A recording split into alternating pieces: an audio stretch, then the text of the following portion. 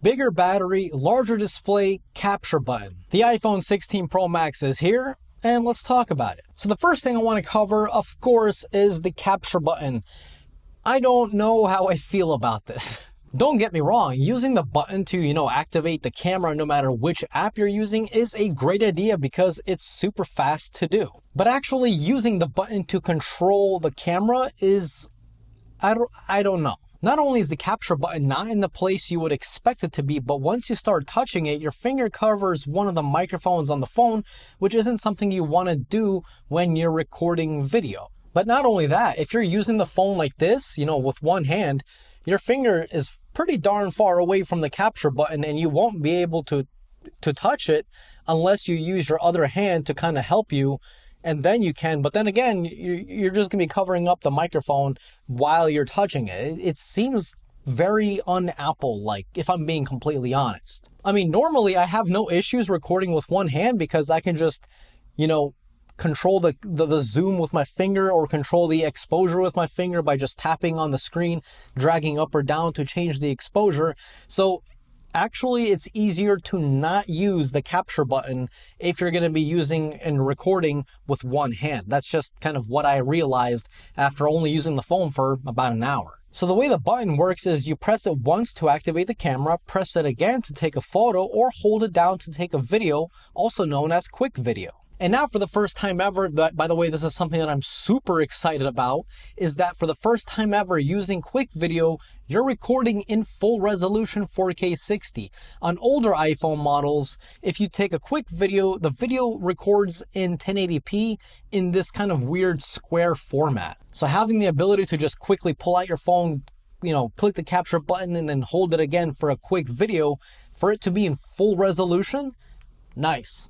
Now, if you double press the capture button, you get access to different menus such as the exposure, the portrait mode, and then just click the button again to go into that particular setting. But like I said, by the time you do all of that, you might as well just click the display and then change the exposure that way.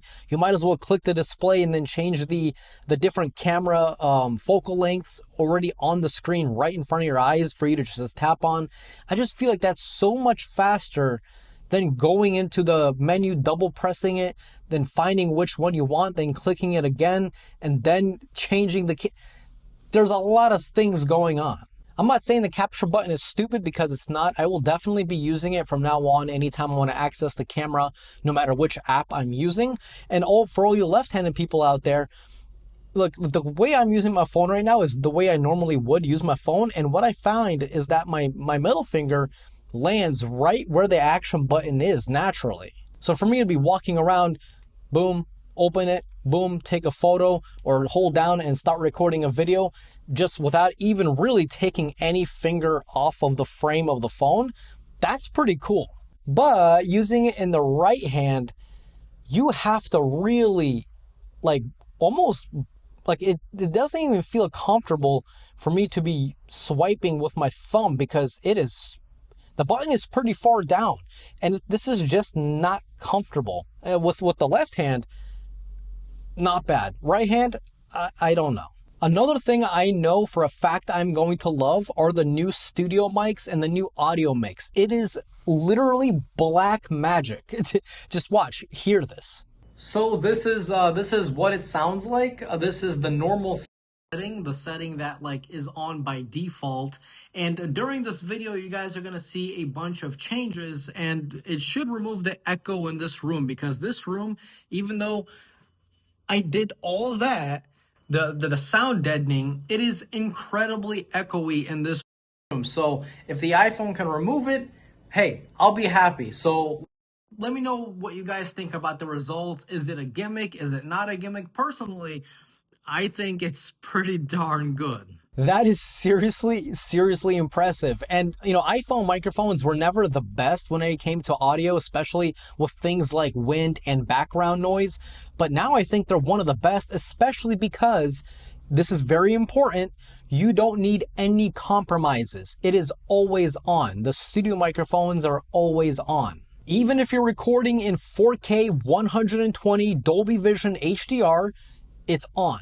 For example, on my Pixel 9 Pro XL, which also has speech enhance, you can't do HDR, and the highest resolution and frame rate is only 4K 30. So with Pixel devices and other phones, you have to compromise on the video to get that benefit of having that like noise reduction going on. With the iPhone, again, remember, it's always on. You don't need to do anything. The second you hit that record button, you're good to go.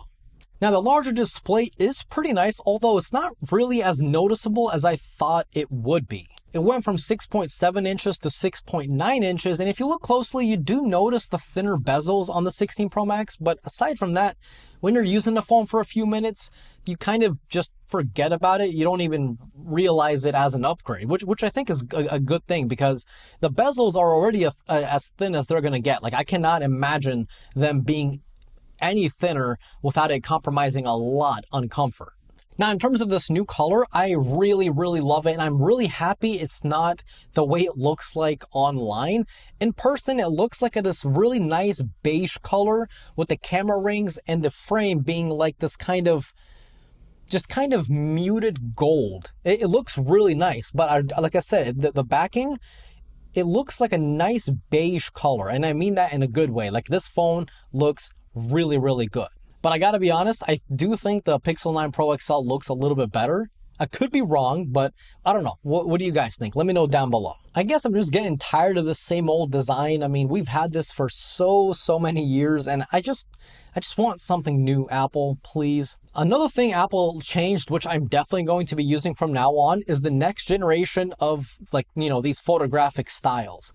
I never used them on the older iPhones because whichever style you chose was baked into the photo. Like, if you enable the style, you took a photo, and then like a week goes by and you're like, you know what, I don't really like that style, I want to change it. Haha, you can't. So I never really found myself using it because I don't like to be tied down to one style or constantly be changing styles for every different like scenario that I'm in. I just find that to be very cumbersome and, quite frankly, just annoying.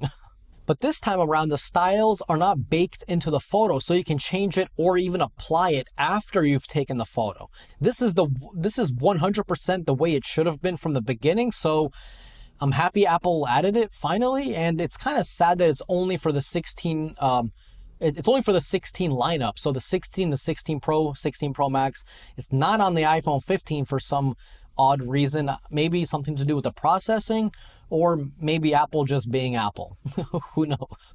Now, in terms of battery life, Apple did say that this iPhone is supposed to be the best iPhone in all of iPhones with the best battery life. I don't know about that. I have trust issues with Apple in battery life because they either nail it, and then the next year they destroy it, then the next year they nail it again. So I'm like, okay, so hey, pick one.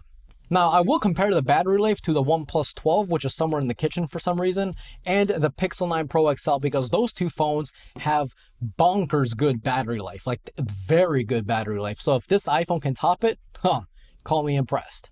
And of course, to add to that, a ton of camera comparisons are also coming. So if you guys do want to see that, definitely subscribe and click that bell icon so you'll be notified when those videos drop. Overall, from my very quick first impressions, if you have the iPhone 15 Pro Max, don't upgrade. There's literally no actual reason to upgrade unless you get a super good deal with a trade-in. Then maybe upgrade if you just want to try something new, but I can promise you the capture button is not going to completely change your experience with the phone. The iPhone 15 Pro Max is still an absolute beast. And yeah, you do get that 48 megapixel camera, the ultra wide camera on the iPhone 16 Pro Max, but we'll see how that stacks up, in my future videos once I start doing camera comparisons. And of course, I will compare these phones as well, because I'm kind of curious to see myself how well the cameras have upgraded, or maybe even stay the same. Who knows? But like I said, the capture button, I will be using it just to quickly launch the camera and then just taking a photo. In terms of actually interacting with the camera UI, I'd rather just tap on the screen. Everything you need is already basically right there on screen anyway. So I don't know. I'm just trying to figure out in what scenario is using the capture button faster or better than using it on the screen. If you guys know, let me know down below. Honestly, I think the studio microphones are my favorite feature so far because they actually do the job and they do it so good. Like, you guys have no idea how hard it was for me to remove echo in this room. I feel like the walls have speakers in them and they're the ones playing the echo because this room is insanely echoey, but the iPhone basically deleted it. I mean, that's just crazy to me. So for me, so far, that's my favorite feature. So what do you guys want to know about the iPhone 15 Pro Max? Let me know down in the comments below. I'll either answer you right in your comment, or if it's a really good question, I'll even take your comment and answer it in my actual review video of the iPhone 16 Pro Max. So yeah, definitely let me know what you guys want to know about the phone. If you guys did enjoy today's video, definitely click that like button. It's free for you, but helps me out a lot, and I always truly appreciate it. And if you're new here, you want to see a lot more iPhone content, definitely subscribe. And as always, this was Mark from Mark's Tech. Adios.